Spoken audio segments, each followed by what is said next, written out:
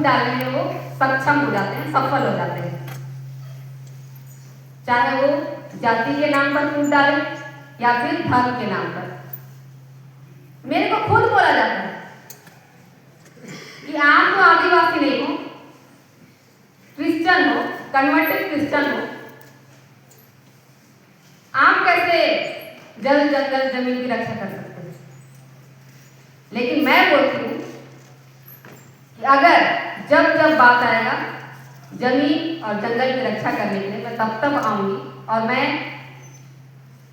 कौन से कास्ट की हूँ या फिर कौन से धर्म की हूँ, मैं कभी भी नहीं देखूंगी।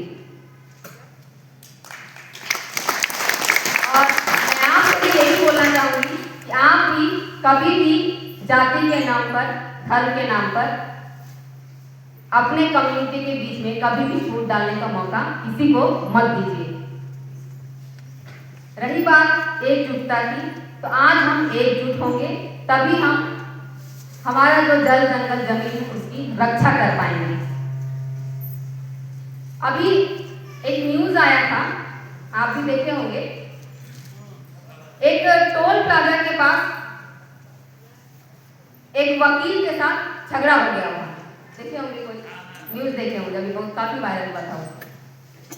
वो झगड़ा हो गया और दूसरा ही दिन वकील के वकील कम्युनिटी के जितने भी लोग थे वहां पहुंच गए। वो लोग को कोई फर्क नहीं पड़ा कि क्या गलत था, क्या सही था, वो लोग नहीं देखे और बस कानून का वहां पे उल्लंघन हो रहा था और इसकी वजह से वकील का समर्थन करने के लिए सब एकजुट होकर पहुंच गए। जब उनमें एकजुटता हो सकता है तो हम और आप में क्यों नहीं हो सकता है कि नहीं? और मैं मानती हूं कि हमारे पास पैसा नहीं है, पावर नहीं है, हमारा कोई आदमी सत्ता में नहीं बैठा है, लेकिन आज हमारे पास ईमानदारी है, भाईचारा है, आपस में प्रेम भाव है। और इस वजह से भी अगर हम एकजुट नहीं हो पाए तो फिर थू है हमारे ऊपर। हम ये सोचेंगे कि आज जो सत्ता में बैठे हैं 3 साल के बाद उनको चेंज करके हमारे छत्तीसगढ़ को, हमारे सरगुजा संभाग को, हमारे जल जंगल को बचाने के लिए हम सफल हो पाएंगे, तो ये सोच एकदम व्यर्थ है। क्योंकि आज जो हमको बचा सकता है तो वो है सिर्फ हम सबका एकजुटता। अभी आप एक न्यूज बहुत आया था और आप लोगों को पता भी होगा, बलरामपुर में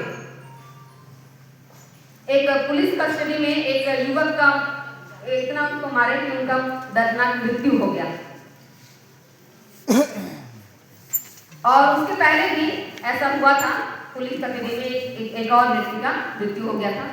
और अभी जो हुआ था उसमें उसके माता पिता और पूरे गांव के लोग आंदोलन में उतर आए और उनको न्याय मिला। तो एक बात बताइए, जो पहले जिसका मृत्यु हुआ था, क्या उनके आंदोलन में अभी जो मृत्यु हुआ था उनके माता पिता या फिर गांव वाले सहभागिता दिए होंगे नहीं दिए होंगे, पता नहीं।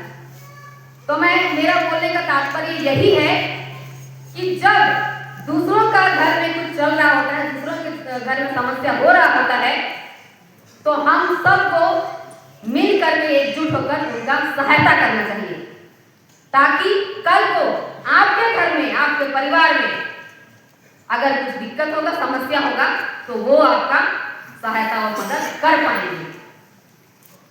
मैं यही बोलने की कोशिश कर रही हूँ कि हमको ये नहीं सोचना है कि आज उनके घर में या फिर उनके जहाँ पे जल जंगल है वहां पे परेशानी हो रहा है, हमारा तो अभी जल जंगल सुरक्षित है, ये कभी नहीं सोचना है। अगर आप और हम ऐसा सोचेंगे तो हम कभी भी सफल नहीं हो पाएंगे और अपने जमीन की कभी रक्षा नहीं कर पाएंगे।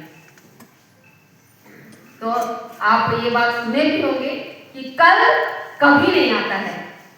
अगर हमको अपना सरगुजा बचाना है, अपना जल जमीन बचाना है, तो आज खड़े होकर आज एकजुट होकर के तैयार होना पड़ेगा और एक साथ लड़ना पड़ेगा।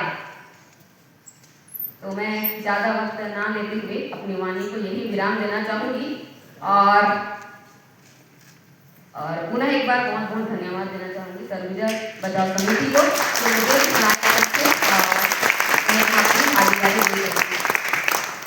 लास्ट में मैं एक ही बात बोलना चाहूंगी, सबको जय जोहार, जय आदिवासी।